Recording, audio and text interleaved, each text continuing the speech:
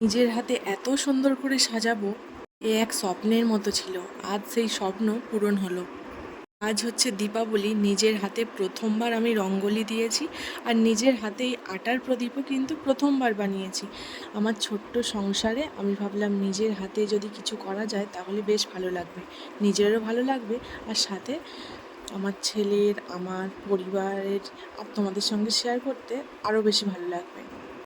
অনেককেই দেখেছি নিজের হাতে এরকম সুন্দর করে রঙ্গোলি দিতে, তবে এবছরে প্রথমবার আমি এরকম নিজের হাতে রঙ্গোলি দিয়ে আমার ঘরটাকে আলোকিত করে তুললাম। প্রথমবারের চেষ্টায় আমি সফল, মন থেকে আমি ভীষণ শান্তি পেয়েছি। জানি না তোমাদের ভিডিওটা কেমন লাগবে, তবে সত্যি কথা বলতে আমি এতটাই খুশি হয়েছি, হয়তোবা কোনো দিওয়ালিতে এতটা খুশি হয়নি। মনের মতো করে সাজালাম, আর মনের মতোই সত্যিই হয়েছে। প্রথমবার এই ডিজাইনগুলো করলাম, আর প্রথমবারের ইচ্ছে যে পূর্ণ হবে এত সুন্দর করে ভাবতে পারিনি। কালার কম্বিনেশন থেকে শুরু করে সবই নিজের হাতে করলাম।